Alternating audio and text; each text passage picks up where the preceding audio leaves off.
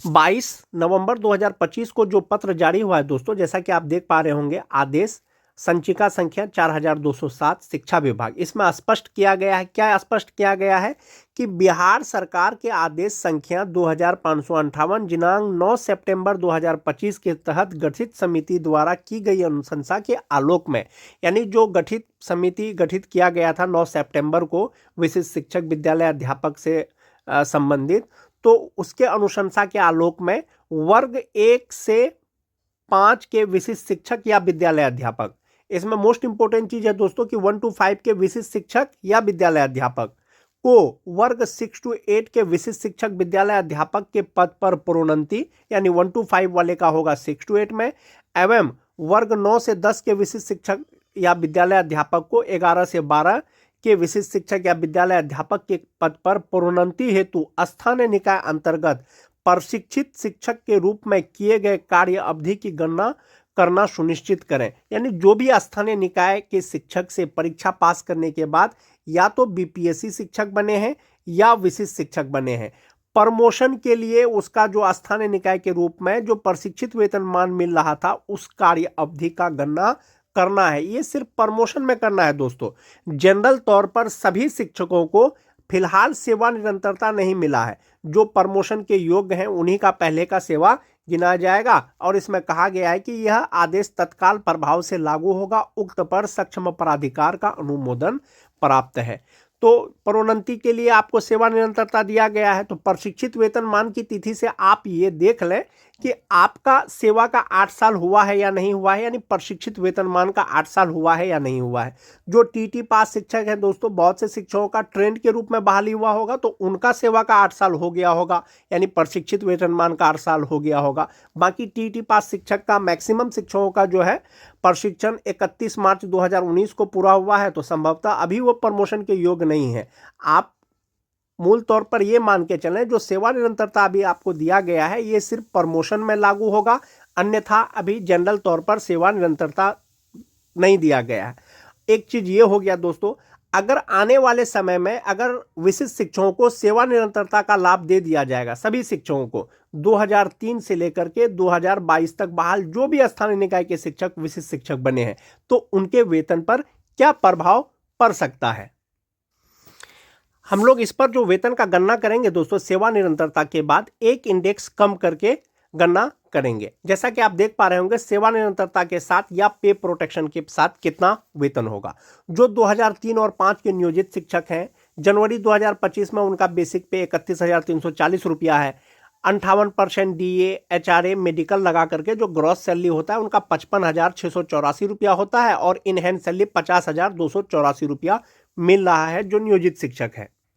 जो विशिष्ट शिक्षक बन गए हैं, वेतन संरक्षण के अनुसार वेतन निर्धारण कर दिया गया है कितना में, 31,670 रुपया में, और 31,670 का 58% डीए, 5% एचआरए मेडिकल, जो ग्रॉस सैलरी होगा उनका 59,598 रुपया होगा, 12,009 रुपया उनका एनपीएस अकाउंट में जमा होगा, और इनहैंड सैलरी 47,589 रुपया होता है 31,670 रुपया बेसिक पे के आधार पर। आप ये मान के चलिए कि जो शिक्षक का 31,670 रुपया बेसिक पे है, विशिष्ट शिक्षक का, यदि उनको सेवा निरंतरता मिलता है तो ये 31,670 रुपया जो बेसिक पे होगा दोस्तों वो 36,710 रुपया हो जाएगा। जब आप इसमें 58% डीए लगाएंगे तो 21,292 रुपया हो जाएगा, 5% एचआरए 1,836 रुपया हो जाएगा, 1,000 मेडिकल का हो जाएगा, और जो ग्रॉस सैलरी होगा इनका 68,928 रुपया होगा, 13,920 रुपया इनका एनपीएस अकाउंट में जमा होगा, इनहैंड सैलरी 55,008 रुपया होगा। तो इस प्रकार से दोस्तों आप ये देख सकते हैं कि जो 2003-5 के शिक्षक हैं जिनका बेसिक पे 31,670 रुपया है अभी, यदि इनको सेवा निरंतरता मिलता है तो उनका इनहैंड सैलरी 55,008 रुपया होगा, जबकि पे प्रोटेक्शन के अनुसार 47,589 रुपया होता है। 2003 के बाद दोस्तों अगर 6-7 के शिक्षक की बात करें, 30,420 रुपया उनका बेसिक पे है जनवरी 2025 में, 58% डीए, 5% एचआरए मेडिकल लगा करके जो ग्रॉस सैलरी होता है 52,385 रुपया होता है, 3,600 रुपया उनका एनपीएस ईपीएफ अकाउंट में जमा होता है, और इनहैंड सैलरी 48,785 रुपया होता है। पे प्रोटेक्शन के अनुसार इनका वेतन निर्धारण कर दिया गया है 30,750 रुपया में, 58% डीए, 5% एचआरए मेडिकल लगा करके जो ग्रॉस सैलरी होता है वो 57,000 ₹11,894 होता है। ₹11,660 इनका एनपीएस अकाउंट में जमा होता है और इनहैंड सैलरी होता है इनका ₹46,234। यदि जिनका बेसिक पे ₹30,750 है और इनको सेवा निरंतरता का लाभ दिया जाता है तो इंडेक्स 13 के अनुसार बेसिक पे इनका हो जाएगा ₹35,640। इसमें आप 58% डीए जोड़ लीजिए, 5% एचआरए जोड़ लीजिए, मेडिकल जोड़ लीजिए, ग्रॉस सैलरी हो जाएगा ₹66,947। ₹13,515 इनका एनपीएस अकाउंट में जमा होगा और इनहैंड सैलरी हो जाएगा ₹53,432। ये 2006-7 के शिक्षक हो गए दोस्तों। उसके बाद बात करते हैं जो 2009-10 के शिक्षक हैं। जनवरी 2025 में बेसिक पे ₹29,530 है नियोजित शिक्षक का। 58% डीए एचआरए मेडिकल लगा करके ग्रॉस सैलरी ₹50,934 होता है। ₹3,600 इनका ईपीएफ अकाउंट में जमा होता है। इनहैंड सैलरी ₹47,334 होता है। पे प्रोटेक्शन के अनुसार इनका वेतन निर्धारण किया गया है ₹29,850 में। 58% डीए एचआरए मेडिकल लगा करके 5% एचआरए लगा करके जो ग्रॉस सैलरी होता है इनका ₹56,229 होता है। ₹11,319 इनका एनपीएस अकाउंट में जमा होता है और इनहैंड सैलरी इनका होता है ₹44,910। आप ये मान के चलें कि जो विशिष्ट शिक्षक का बेसिक पे ₹29,850 है और उनका प्रमोशन या सेवा निरंतरता अगर मिल जाता है तो उनका बेसिक पे ₹34,610 हो जाएगा। अब आप इसमें 58% डीए जोड़ लीजिए, ₹20,074 हो जाएगा। 5% एचआरए जोड़ लीजिए, ₹1,731 हो जाएगा। 1,000 मेडिकल जोड़ लीजिए, ग्रॉस सैलरी ₹65,041 हो जाएगा। ₹13,124 एनपीएस अकाउंट में जमा होगा। इनहैंड सैलरी ₹51,917 हो जाएगा। ये 9-10 के शिक्षक हो गए।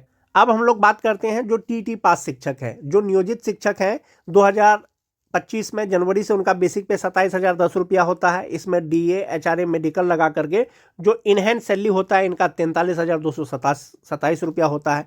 जो विशिष्ट शिक्षक बन गए हैं और वेतन संरक्षण के अनुसार वेतन निर्धारण इनका ₹27,320 में किया गया है।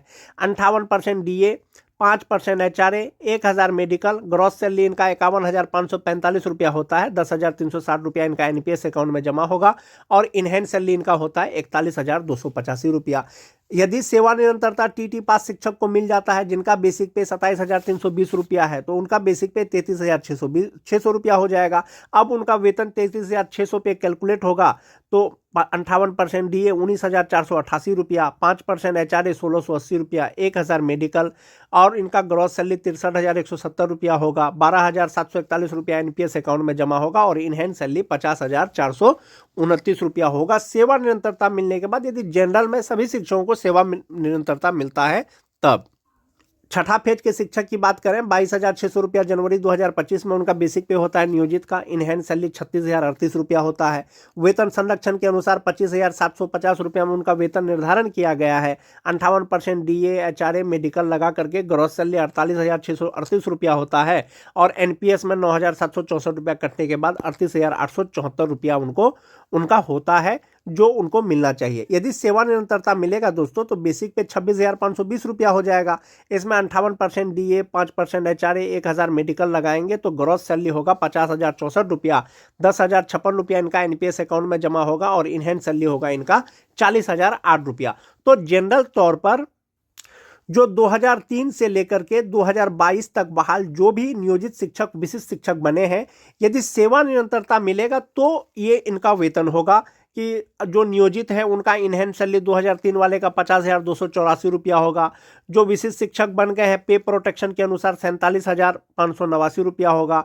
अगर सेवा निरंतरता उनको मिलेगा तो ₹55,008 हो जाएगा।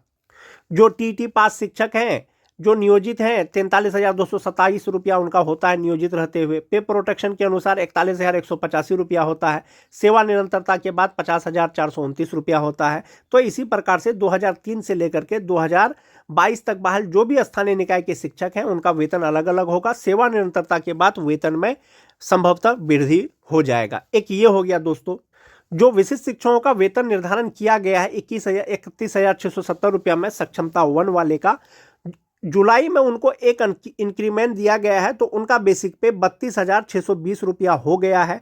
तो अगर सेवा निरंतरता मिलेगा तो ₹32,620 के आधार पर उनका बेसिक पे हो जाएगा, तब उसके आधार पर उसको वेतन मिलेगा। सेवा निरंतरता हो या प्रमोशन हो, जो विशिष्ट शिक्षकों का जो बेसिक पे होगा इसी पे मैट्रिक्स के अनुसार होगा।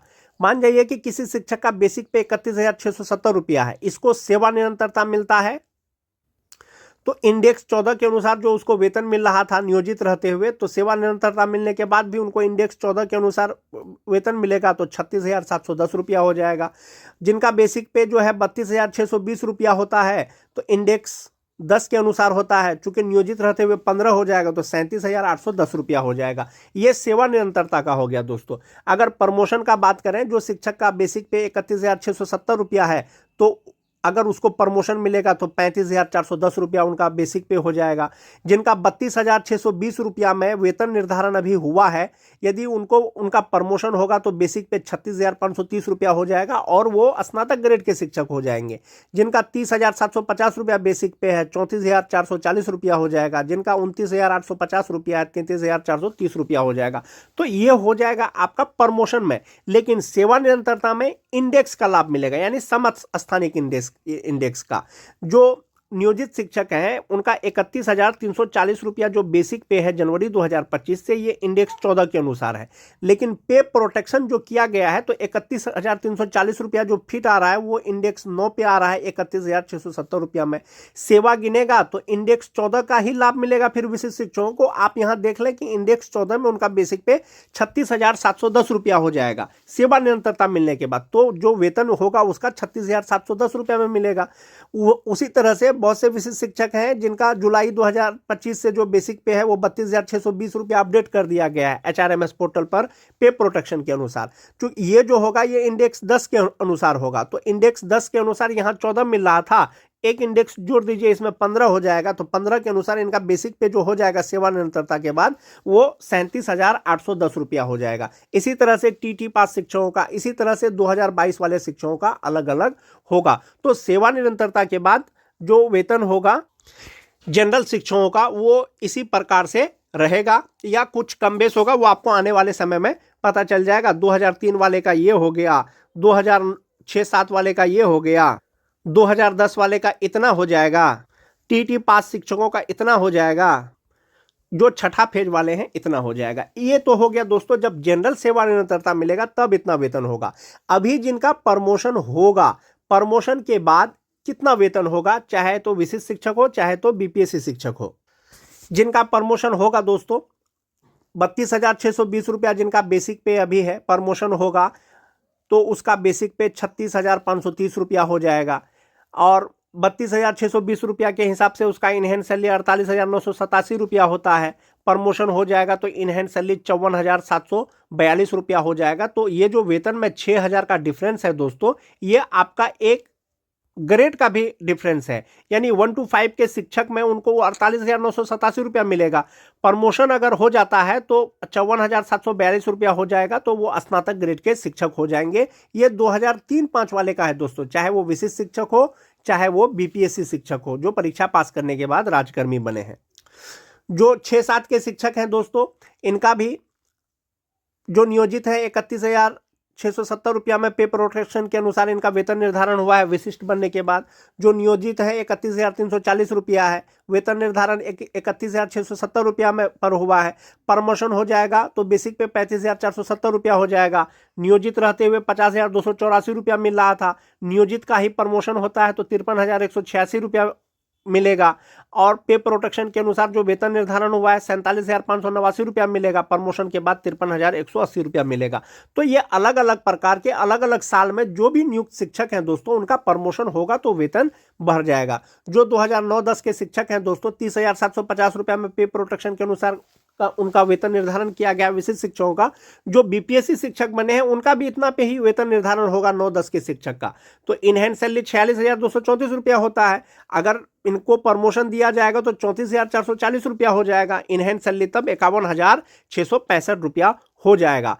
तो प्रमोशन में आपका ग्रेड चेंज हो जाएगा। 1 to 5 से आप 6 to 8 के शिक्षक हो जाएंगे और वेतन में ज्यादा का डिफरेंस नहीं होगा दोस्तों। यदि सेवा निरंतरता मिलता है तो सेवा निरंतरता और प्रमोशन दोनों का वेतन लगभग समान होगा। कुछ 1,000 या 2,000 का आपको डिफरेंस नजर आएगा।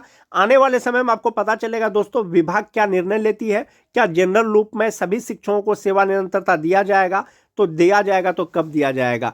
सेवा निरंतरता मिलने के बाद आपका वेतन कितना होगा वो मैंने आपको बताने का प्रयास किया, और प्रमोशन के बाद आपका वेतन कितना होगा मैंने आपको वो बताने का प्रयास किया। आज के वीडियो में दोस्तों बस इतना ही। वीडियो अच्छी लगे तो अपने दोस्तों में लाइक और शेयर जरूर कर दें।